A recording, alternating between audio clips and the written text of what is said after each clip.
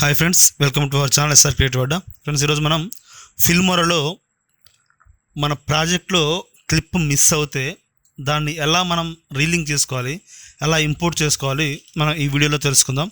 Video ఎక్కడ skip చేయకుండా చూడండి, మీకు అర్థమవుతుంది. చాలా సింపుల్ వే, ఎలా చేయాలో చూద్దాం. Let's get started.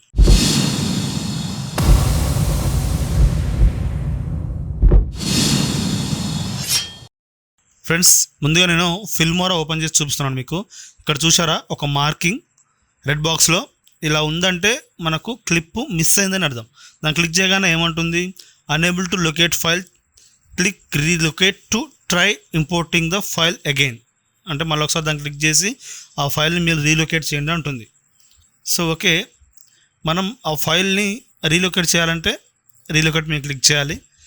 రీలొకేట్ మీద క్లిక్ చేసి మీ ఫైల్ ఎక్కడుందో దానికి మీరు పాత్ ఇవ్వాలి. సో నాకు ఇక్కడ నేను ఒక ఫోల్డర్లో పెట్టుకున్నాను. సో ఇది ఎస్ఆర్ క్రియేటివ్ అడ్డా ప్రాజెక్ట్ 1లో ఉంది. సో దాన్ని నేను వెతుకుతున్నాను ఇప్పుడు దిస్ పీసీలో డీలో ఎస్ఆర్ క్రియేటివ్ అడ్డా ఫోల్డర్లో ప్రాజెక్ట్ 1లో ఇది. ఓకే, ఓపెన్ అన్నాను.